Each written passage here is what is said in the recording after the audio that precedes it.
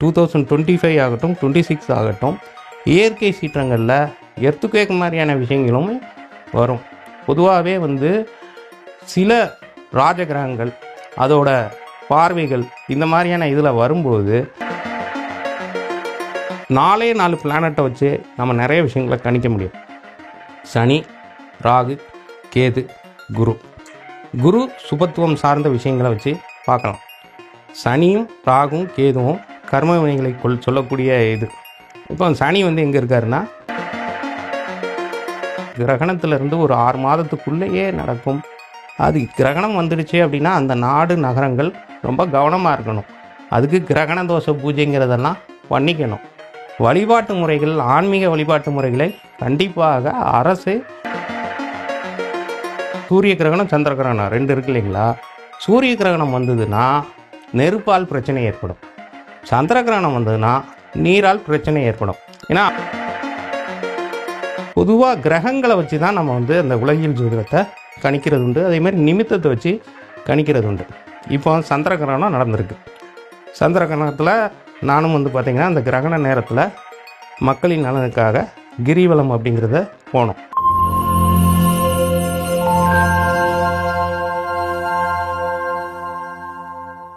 Cosmo view நேயர்கள் அனைவருக்கும் வணக்கம். இன்றைய நிகழ்ச்சியில ஆன்மீகம் குறித்து நமக்கு இருக்கக்கூடிய சந்தேகங்களுக்கு விளக்கம் கொடுக்கறதுக்காக நட்பவி நம்பிராஜன் அவர்கள் நம்ம கூட இணைந்திருக்காரு. தொடர்ந்து நிறைய விஷயங்கள் பேசலாம். சார் வணக்கம். வணக்கம் நற்பவி. எப்படி இருக்கீங்க சார்? சிறப்பாக இருக்கேன். நீங்கள் எப்படி இருக்கீங்க? நல்லா இருக்கேன் சார். சார், இன்றைய நிகழ்ச்சியில் வந்து பொதுவாக நம்ம இந்த இயரோட எண்டிங்கில் இருக்கோம், அந்த வருட கடைசியில். பொதுவாக அந்த டிசம்பர் மாதம் வருது அப்படின்னாலே வந்து நிறைய பேர் வந்து பயப்படுவாங்க. இந்த இயற்கை சீற்றங்கள் வந்து அதிகமாக நடக்கக்கூடிய ஒரு மாதமாகவே நம்ம டிசம்பரை வந்து பார்க்க ஆரம்பிச்சிட்டோம். ஸோ நீங்கள் அந்த உலகியல் ஜோதிடம் பற்றி நிறைய பதிவுகள் போடுறதை நாங்கள் பார்க்குறது உண்டு. அப்படி இருக்கும்போது இந்த 2025-26 என்ன மாதிரியான மாற்றங்கள் வந்து நிகழப்போகுது? இதுக்கு ஏதாவது ப்ரிடிக்ஷன் வச்சிருக்கீங்களா சார்? உலகில் ஜோதிடம்ங்கிறது ஒரு ஜோதிடர் கணிக்க வேண்டிய விஷயம். அதில் வந்து சம்டைம்ஸ் ஃபெயிலியர் ஆகிறதுக்கும் வாய்ப்பு உண்டு. ஏன்னா நம்ம தப்பாக கணிக்கிறதுக்கு வாய்ப்பு. ஜோதிடம் பொய்க்காது. ஜோதிடர்கள் அவங்களுக்கு நேரம் சரியில்லைன்னா அந்த மாதிரி கணிக்கும்போது சில ப்ரெடிக்ஷன்ஸ் வந்து தப்பாகிறதுக்கும் நிறையா வாய்ப்பு உண்டு. இதில் என்ன ஒரு விஷயம் அப்படின்னா, அந்த காலத்துலலாம் வந்து பார்த்திங்கன்னா அரசவையிலேயே ஜோதிடர்கள்னு ஒருத்தங்க இருப்பாங்க. அவங்க தான் அரசர்களுக்கு வந்து சொல்லுவாங்க, இந்த மாதிரி இயற்கை பேரழிவு வரப்போகுது, இதுக்கு நாம் வந்து ஏதாவது மக்கள் இதை பண்ணலாம், நாம் இதை பண்ணலாம், இந்த பரிகாரத்தை பண்ணலாம், இந்த ஹோமத்தை பண்ணலாம், இந்த சாமியை கும்பிடலாங்கிறத முன்கூட்டியே சொல்லுவாங்க. மணிமந்திர ஔஷதம் தெரிந்த நபர்களை, ஜோதிடர்களை ஒரு அமைச்சராகவே வச்சுருப்பாங்க. இன்றைக்கி வந்து அரசவையில் அந்த மாதிரியான போஸ்டிங்லாம் கிடையாது, எது எதுக்கோ வச்சுருக்காங்க. ஆனால் வந்து எங்கேயாவது வந்து ஒரு அரசவை ஜோதிடர்னு வச்சு அவங்களுக்கு ஒரு சம்பளத்தை கொடுத்து, இந்த நமக்கு தமிழ்நாட்டில் என்ன வரப்போகுது, ஏதாவது புயல் வரப்போகுதா, இல்லை ஏதாவது வைரஸ் வரப்போகுதா, இல்லை வேறு ஏதாவது டெங்கு காய்ச்சல் வரப்போகுதா, இந்த மாதிரி கணிக்கிறதுக்கு ஒரு நபரை வைத்திருந்தார்கள் என்றால் நிறைய ஜோதிடர்கள் நல்லாவே இருப்பாங்க, மக்களும் நல்லா இருப்பாங்க. ஆனால் அதுக்கு அந்த காலப்போக்கில் அது மறைஞ்சிடுச்சு. ஆதி காலத்தில் மன்னர்கள் காலத்துலலாம் கண்டிப்பாக ஒன்றுக்கும் மேற்பட்ட நபர்களை வந்து வச்சுருப்பாங்க. ஏன்னா வந்து ஒரு நேச்சுரல் கலாமிட்டிஸ்ன்னு வரும்போது அதை நம்ம யாருமே தடுக்க முடியாது. அதனால தான் இப்போ அதை பற்றி நம்ம பேசும்போது என்ன ஆகும் அப்படின்னா, நமக்குமே அது ஆயுள் பங்கத்தை கொடுக்கக்கூடியதான ஒரு விஷயம் நடக்கும். நம்மளுடைய இதில் ரிஸ்க் ஃபேக்டர் தானே. நாம் வந்து கடவுள் கிடையாது கணிக்கிறதுக்கு. இந்த மாதிரி இது வருது அது வருதுன்னு அது மேலேயுமே இதில் சொல்லி தப்பாயிடுச்சுன்னா என்ன பண்ணுறது அப்படிங்கிற மாதிரியும், பணம் வராதனாலையுமே அதை வந்து நிறைய பேர் தொடுறதுக்கே வந்து யோசிப்பார்கள். பட் ஆஸ் அன் அஸ்ட்ராலஜர் நாம் வந்து மக்களை வந்து ஒரு முன்னெச்சரிக்கை நடவடிக்கையாக தான் சொல்லணுமே தவிர பயப்படுத்தி விடக்கூடாது. நான் அதனால தான் வந்து எந்த உலகில் ஜோதிடம் இது பண்ணாலும் அதுக்கு வந்து பரிகாரங்களையும் சேர்த்து சொல்லுவேன். இந்த தெய்வத்தை வழிபடணும், இந்த மாதிரியான தான தர்மங்களை பண்ணணும் அப்படிங்கிறதெல்லாம் சொல்ல உண்டு. இப்போ உதாரணமாக பார்த்தீங்கன்னா, பொதுவாக கிரகங்களை வச்சு தான் நம்ம வந்து அந்த உலகியல் ஜோதிடத்தை கணிக்கிறது உண்டு. அதேமாதிரி நிமித்தத்தை வச்சு கணிக்கிறது உண்டு. இப்போ சந்திர கிரகணம் நடந்திருக்கு. சந்திர கிரகணத்தில் நானும் வந்து பார்த்திங்கன்னா அந்த கிரகண நேரத்தில் மக்களின் நலனுக்காக கிரிவலம் அப்படிங்கிறத போனோம். அப்போ அந்த கிரிவலம் முடிக்கிற நேரத்தில் மழை வந்து கொட்டுன்னு கொட்டி அந்த கிரிவலத்தை நாம் இறுதியாக இருக்கிற நேரத்தில் ஒரு 1 hour வந்து எல்லா மக்களும் ஒதுங்கி ஓரமாக நிற்க, இடியும் மின்னலுமா சரியான மழை வந்து திருவண்ணாமலையில் பெஞ்சுது. அப்போ அதிலிருந்து நாம் நிமித்தத்தை கணக்கு பண்ணணும். அடுத்தபடியாக என்ன அப்படின்னா, ஒரு மழையால் பாதிப்புகள் தமிழ்நாட்டிற்கு வருவதற்கான வாய்ப்பு அப்படின்னு அது கொடுக்குது. இது இப்ப இந்த கிரகணம் நடந்ததுனாலயா இல்ல அந்த நிமித்தம் அந்த நேரத்துல மழை பெய்ததுனால இதை கணக்கிடுறீங்களா சார்? பொதுவாகவே கிரகணம்னு ஒன்று நடந்ததுன்னா சூரிய கிரகணம், சந்திர கிரகணம் இது வருஷத்தில் 2 தடவையோ 3 தடவையோ 4 தடவையோ கூட சில நேரம் வரும். சில நேரம் சில நாடுகளில் தெரியாது, சில நேரம் சில நாடுகளில் மட்டுமே தெரியும். இப்போ உதாரணத்துக்கு இந்த சந்திர கிரகணம் ரொம்ப காலத்துக்கு அப்புறமா வரக்கூடியது, கிட்டத்தட்ட ஒரு 4 ஹவர்ஸ் கிட்ட வந்து அந்த முழு சந்திர கிரகணம் இங்கே இந்தியாவிலையும் தமிழ்நாட்டிலையும் தெரிஞ்சிருக்கு.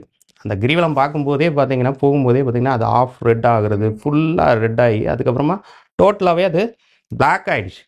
அப்போ கிரகணத்தில் பொறுத்த வரைக்கும் இந்த சூரிய கிரகணம், சந்திர கிரகணம் 2 இருக்கு இல்லைங்களா?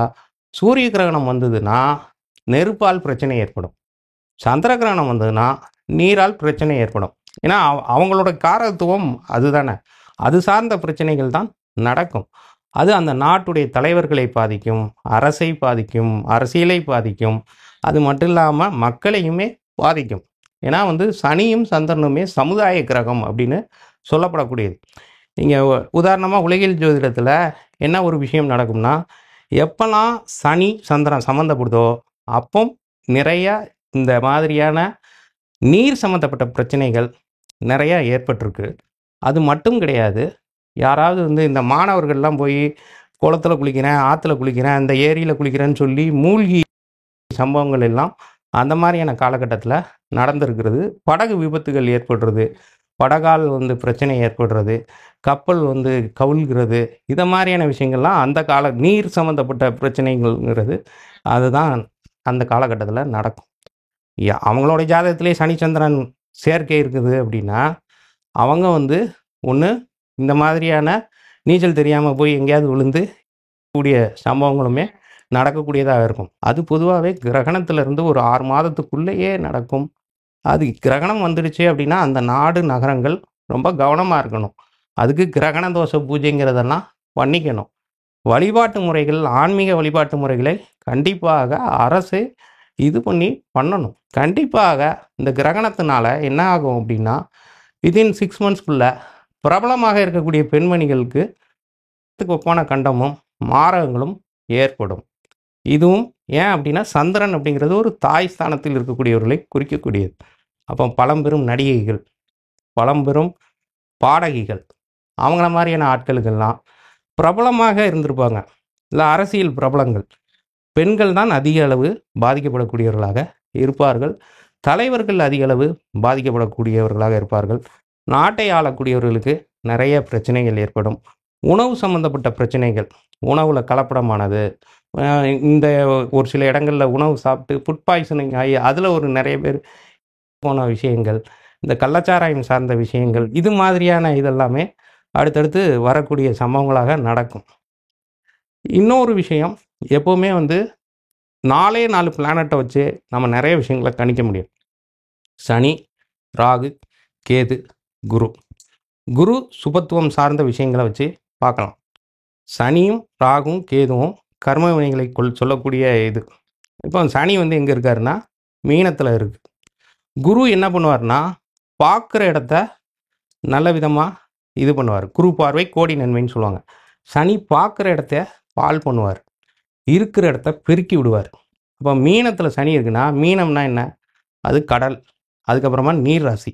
அப்போ நீர் சம்மந்தப்பட்ட விஷயங்கள் எல்லாமே பெருக்கி விடக்கூடியது. இப்போ நீங்கள் வந்து பார்த்தீங்கன்னா, சனி எப்போ பெயர்ச்சியாகி மார்ச்சில் வந்து மீனத்துக்கு போனாரோ அதுலேருந்தே பார்த்தீங்கன்னா நார்த்துலலாம் பாருங்கள் நிறைய வெள்ளத்தால் சீரழிவு, இந்த ஒரிசாவில் நடந்தது, இந்த மாதிரியான சம்பவங்கள் எல்லாமே நிறையா நடந்திருக்கு. அது மட்டும் இல்லாமல் நான் வந்து அந்த உலகில் ஜோதிடத்தை பொறுத்த வரைக்கும் ஜப்பானில் சுனாமி வரும், அது ஜப்பானில் சுனாமி வருங்கிறது எல்லாருக்குமே தெரிஞ்சது. ஆனால் இந்த காலகட்டத்தில் வரும் அப்படின்னு சொல்லி அதை ப்ரெடிக்ட் பண்ணி போட்டிருந்தேன். அதே மாதிரி ஜப்பானில் வந்து சுனாமி இந்த காலகட்டத்தில் நடந்தது. அப்போ நீர் சம்மந்தப்பட்ட பிரச்சனைகள்ங்கிறது சனி அங்கே இருக்கிற வரைக்கும் நடக்கும். அது மட்டும் இல்லாமல் அது காலபுருஷ தத்துவத்தில் 12ஆம் இடம். 12ஆம் இடம்ங்கிறது என்ன அப்படின்னா மோட்சஸ்தானம், மருத்துவமனை. அப்போ மருத்துவமனைக்கு நிறைய மக்கள் வந்து போவாங்க, நிறைய பேருக்கு மோட்சத்திற்கான விஷயங்களும் நடக்கும், மரணிக்கக்கூடிய விஷயங்களும் சம்பவங்களும் நடக்கும் அப்படிங்கிறது தான் அதோட தாத்பரியம். ஸோ ஈவன் வந்து 2025 ஆகட்டும் 26 ஆகட்டும் இயற்கை சீற்றங்களில் எர்த்துக்வேக் மாதிரியான விஷயங்களுமே வரும். பொதுவாகவே வந்து சில ராஜகிரகங்கள் அதோட பார்வைகள் இந்த மாதிரியான இதில் வரும்போது நமக்கு மிகப்பெரிய அளவுக்கான இயற்கை சீற்றங்கள் ஏற்படும். இந்த கொரோனா ஏற்பட்டது எப்போ அப்படின்னா அது ஒரு கிரகணத்தில் தான் ஏற்பட்டது. 2019 2020 தான் அதோட பீக் பீரியடு. அப்போ அங்கே வந்து ராகு வந்து பார்த்தீங்கன்னா தன்னுடைய சுய நட்சத்திரமான திருவாதிரையில் இருந்து, அதுக்கப்புறம் கேது வந்து சுய நட்சத்திரமான மூலத்தில் இருந்து, அந்த தனுசு ராசியில் 6 கிரகங்கள் சட்கிரக சேர்க்கைன்னு ஒன்று நடந்து தான் கிட்டத்தட்ட நம்ம உலக அளவுலேயே ஒரு லாக்டவுனு அப்படிங்கிறதுலாம் நடந்தது. அப்போ நான் வந்து டைரக்ட் ப்ரெடிக்ஷன் போட்டு உலக அளவுலேயே 144 போடுவாங்க அப்படின்னு சொன்னேன்.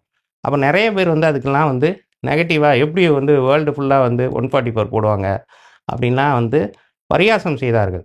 ஆனால் அது சொன்னது அந்த விஷயம் நடந்தது. பொதுவாக இந்த மாதிரியான விஷயங்களில் முதல்ல நம்மளை தற்காத்து கொள்ளணும். அதுக்கப்புறமா பொதுமக்களையும் தற்காத்து கொள்ளக்கூடிய விஷயங்களை செய்கிறதுக்கு தான் அந்த காலத்துலலாம் வந்து பார்த்திங்கன்னா ஒரு கிரகணம் அப்படின்னா அந்த நேரத்துலையோ அல்லது அதுக்கு முன்னாடியோ பின்னாடியோ ஹோமங்களெல்லாம் வந்து மன்னர்கள் காலத்தில் பண்ணுறது உண்டு.